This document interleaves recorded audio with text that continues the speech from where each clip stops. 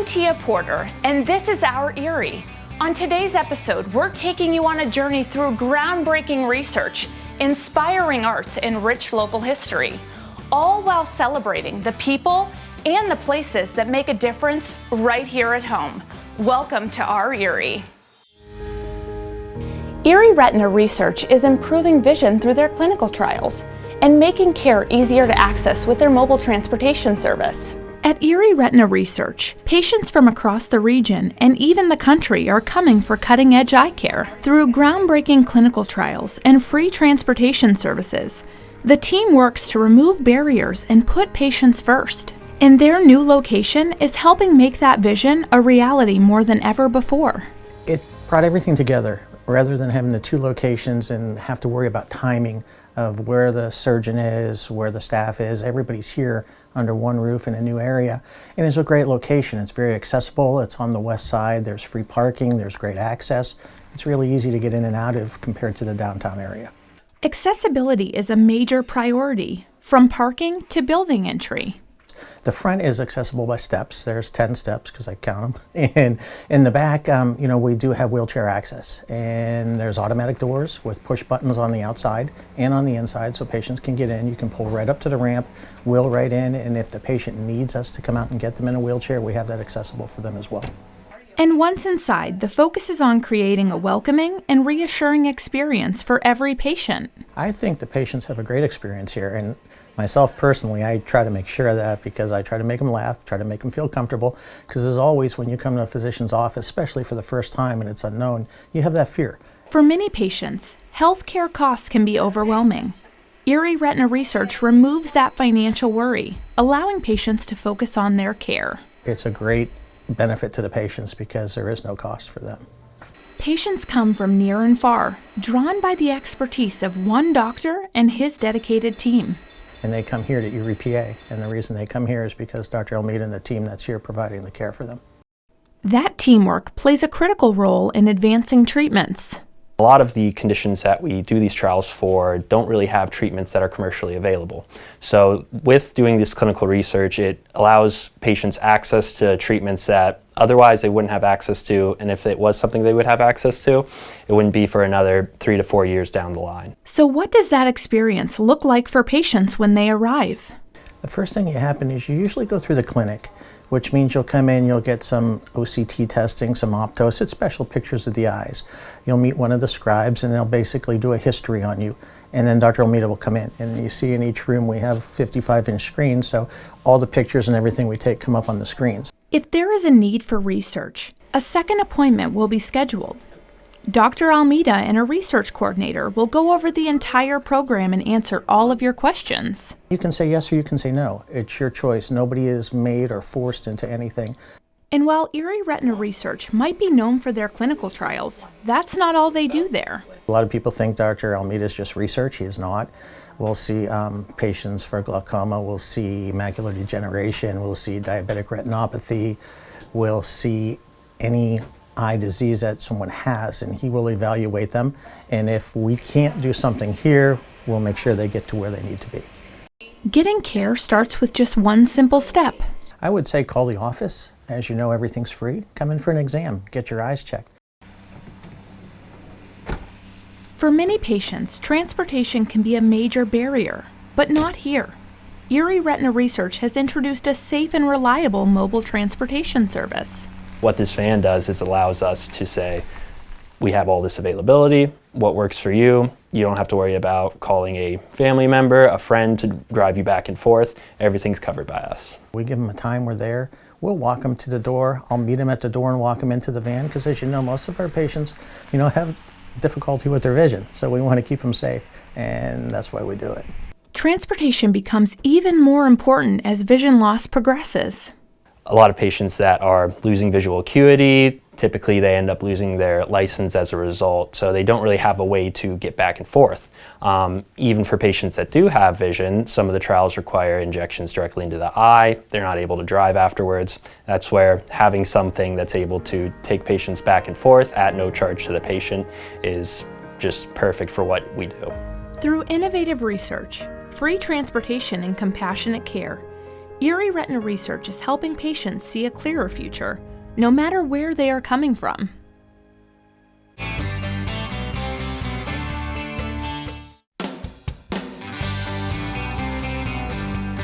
Bruce Morton Wright, an educator and musician at Gannon University, founded what was once the Erie Chamber Orchestra.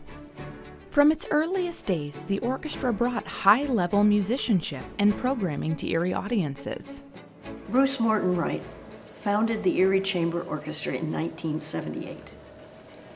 He meant it to be an orchestra that would play for everybody, never charged for a ticket, gave wonderful concerts that anybody could come to, used churches, auditoriums, there was no concert hall, there was no infrastructure on the ground. He just used what he had and designed this community orchestra that would be available to everybody. By 2018, funding challenges threatened to silence this community treasure. That's when the idea of Presque ProMusica was born, to keep Erie's orchestra alive. It was founded by an endowment, the Buyers Fund, that really subsidized all the concerts. And Gannon was also contributing huge amounts. And they finally pulled the plug. In 2018, they said, it doesn't align with our core mission. We can't keep funneling money to this. We're done. There was outrage, there was grief, there was just a sense that disaster had happened. So I wrote a long letter to Walt Gaber, who was the cantor, the music director here at Luther, and said, can't we do something? We have the audience, we have the musicians, we have all the things we need for an orchestra. The only thing we don't have is money. So we started seeking funding, and we got the musicians together. They gave one concert not being paid at all, just to get us off the ground, one of the summer concerts.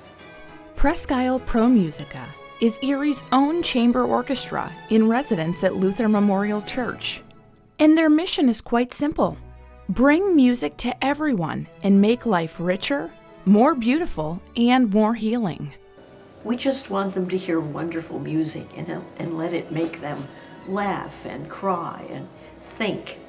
People came in droves, just longing for this stuff. So the need is out there. It is perceived out there. People already love it and want it, because music preeminently creates community. With a talented group of local musicians, Presque ProMusica continues on a shoestring budget, but with big dreams. And their concerts aren't just performances.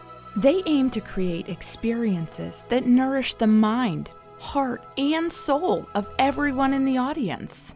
And above all, they just want the music to be fun for both musicians and audiences. We try to design imaginative programs that, even though the forces are small, will bring people in. And the people who come absolutely love it. I mean, we don't disappoint. But we had enough money in the budget to put on an Oktoberfest, besides this sweet concert that was the whole orchestra. In the spring, in the fall, we did an Oktoberfest. We had brats and beer out in the parking lot.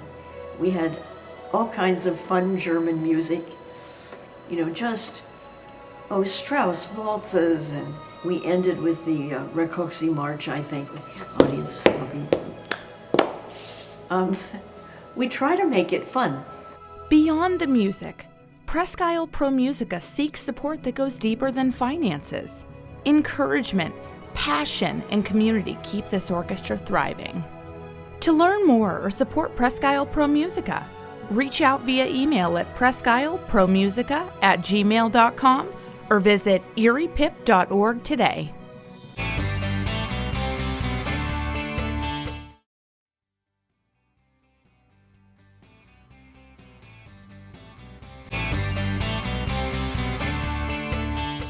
Big dreams begin with small steps, and for Little Dance Studio, those first steps were taken nearly 100 years ago, during a challenging time in history, by a young woman with a passion for dance. Catherine Little, during the Great Depression, at the age of 16, dropped out of high school and started teaching lessons out of her parents' piano room. What began as a few lessons in a family piano room quickly became something much bigger, growing alongside the community and finding new homes as each generation of dancers took the floor. After she started the studio in her piano room, many years went by, and then she moved to North Park Row, where they stayed for many, many decades. And then just about in the early 2000s, they moved to this plaza, Plaza 9, and that's where we've been ever since. And while the studio continued to grow and evolve, it was quietly shaping the lives of dancers inside it, especially one little girl who would one day be trusted to carry the legacy forward. I started my dance training as a little girl, and it developed into one day becoming an onstage assistant, which are the dancers who get to be classroom assistants, and then they're the ones that demonstrate in front of the little ones. And then I loved that so much that Sandra, one of the founders, invited me to teach my first class at the age of 16, which was terrifying. But she believed in me and she saw something, and all these years later, it's just come full circle that I get to be the one to continue their legacy. Catherine Little's influence reached far beyond the studio. And for Amanda, those moments when Catherine stepped into the spotlight were truly unforgettable. At the end of our productions, she would come on stage and it was just her moment to shine. It wasn't a big dance piece that she would do, but it didn't matter because even though she was the size of just this little petite woman, her presence was just bigger than life. She was so memorable. She was always classy, always elegant, and she just made an impression when she entered the room. She demanded your attention, your respect, but she was always kind and so generous. Watching that kind of grace and leadership left a lasting impression on Amanda, shaping not just how she danced, but who she hoped to become one day. It's always such a question that every young lady and young man is asked, what do you want to do when you grow up? Well, who do you want to be? And it's just something that I knew, not necessarily right out of high school, but I knew one day I would own a dance studio. It just made sense to me, and it's just part of who I am. Turning that lifelong dream into reality meant leaning on family, and together, they built something truly special. My dream became a reality, hands down, because of my two partners in Shine, which are my mom, Dara, and my dad, Mark. They're my business partners. Without them, all that you see today would not be. From the office to the studio, Little Dance Studio is built on connection, care, and treating every student like part of the family. We deeply care about every single dancer that walks in the door. You're not just a number to us, you truly are part of our Little Dance fam. And it's not just a gimmick that we say. We know you, and chances are we know your mom, your dad, and probably your grandparents too. We make it a point to be very intentional of connecting with each and every individual that comes into our studio. And at the heart of the studio is a mission that goes beyond steps and routines. Our mission statement is building confidence and character through the love of dance, and that's exactly what we do. The values and the lessons that are taught on the dance floor go way beyond what they learn when they leave us here, and most of our students, when they leave, they always come back. It might not be right away, but it could be 5 years later or even 10, but they always remember that this is their dance family, and they're always welcome back. It's a place where every child is seen, supported, and nurtured, where even the tiniest dancers are welcomed with care and guided with love. Their dedication hasn't gone unnoticed. Little Dance Studio was honored with Erie's Choice Award, a recognition of the passion, care, and heart poured into every single class. Winning Erie's Choice Awards, we are so humbled and so honored. It's such a pristine privilege that we don't take lightly. Winning the award is a testament not only to my partners, which I've already mentioned, my mom and dad, but to my faculty. They put their heart and soul into their classes. Their passion just radiates off of the dance floor and into their students. It's something that it can't be replaced. From humble beginnings to a century of teaching, Little Dance Studio is marking 100 years of inspiring dancers, building community, and celebrating every step along the way. and it's something that you just have to experience, especially for our 100th season. If you want to dance now, this is definitely the year. So 100 is just going to be big and very sparkly. The biggest amount of joy entering our diamond anniversary, celebrating 100 years, we're calling it our century celebration, is seeing old dancers who were with us from years ago come back because they simply couldn't imagine missing out on such a huge season. This Diamond Anniversary celebration honors the past and looks forward to the future. I just wanted to carry on Catherine and Sandra's legacy to the best of my ability, while also integrating some little sprinkles here and there of Miss Amanda. Big dreams begin with small steps, and they all start right here at Little Dance Studio. If I could look up to the heavens and see Catherine and Sandra looking down, I hope they would just simply say, "I'm so proud of you." A century of dancing, a legacy of love, and a community that feels like family. The Little Dance Studio isn't just a place to learn to dance, it's a place to belong. The Little Dance fam is waiting for you. Call 814-459-6504 today.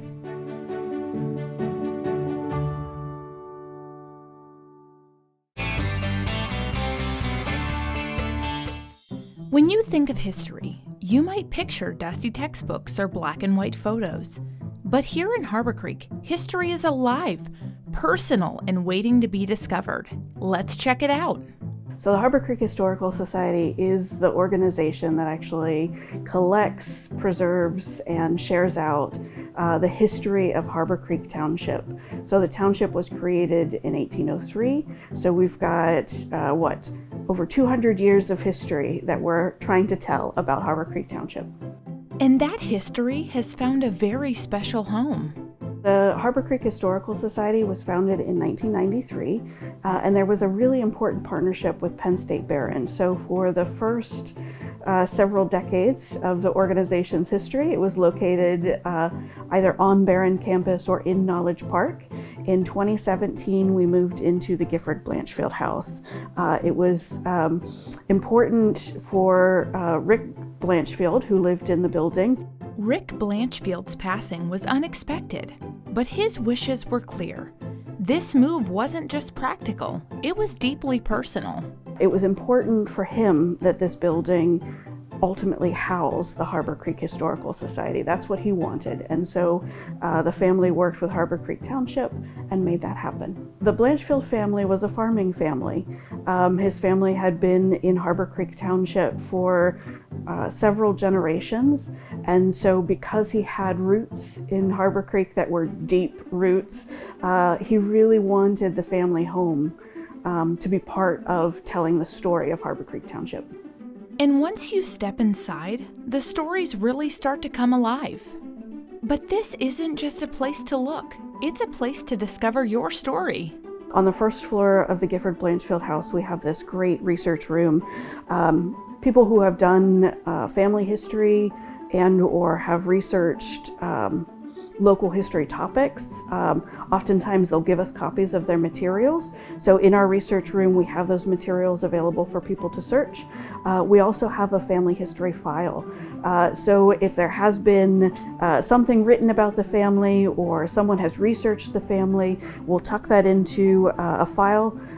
They're alphabetized by surname, and people can come in and see if we have something on their family. Much of the history here comes straight from the community itself. And one local football does just that. Recently, within the last couple of years, we had someone who donated a football that was used in the 1952 county championship game in which the Harborcreek Huskies won the county championship. And so they wanted to make sure that the football was marked forever, so they actually wrote Harborcreek champions on the football itself. And again, just within the last couple of years, someone brought it in to donate. And the society isn't just preserving the past, they're planning for the future. We have a couple of different things scheduled for this year. We also have, we're still raising funds, but we're hoping to initiate our mural project. We have a barn on the property of the Gifford Blanchfield House which the township has said that they would love to see us put a mural on. And so we're currently raising funds for that. The mural will celebrate, again, over 200 years of Harborcreek history. And it's another way in which we can tell our community's story. At the Harborcreek Historical Society, history lives through the people who cherish it. Together as a community, we preserve the stories that shape us and pass them on to those who will shape tomorrow. Everyone has an appreciation of where they're from. So sometimes we refer to that as nostalgia, where someone is drawn to the places that they are most familiar with. All of those places connect back to local history, whether it's your hometown church or your favorite local store, or where your mom and dad bought you your ice cream cone every time you got an A+ on your report card, right? All of those local places are part of the local community's story and its local history. If you'd like to learn more, visit the Harborcreek Historical Society today. Your history's waiting.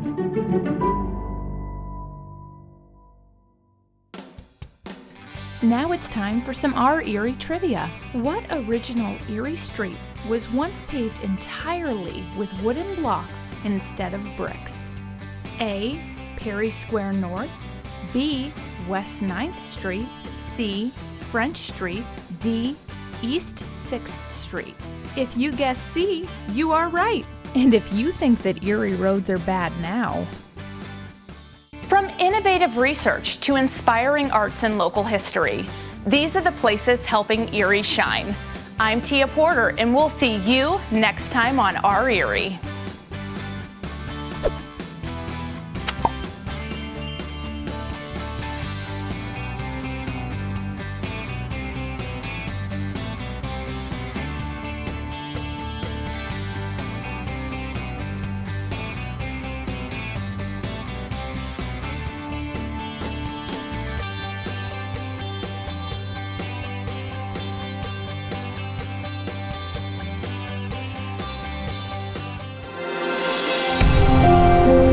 Thank you.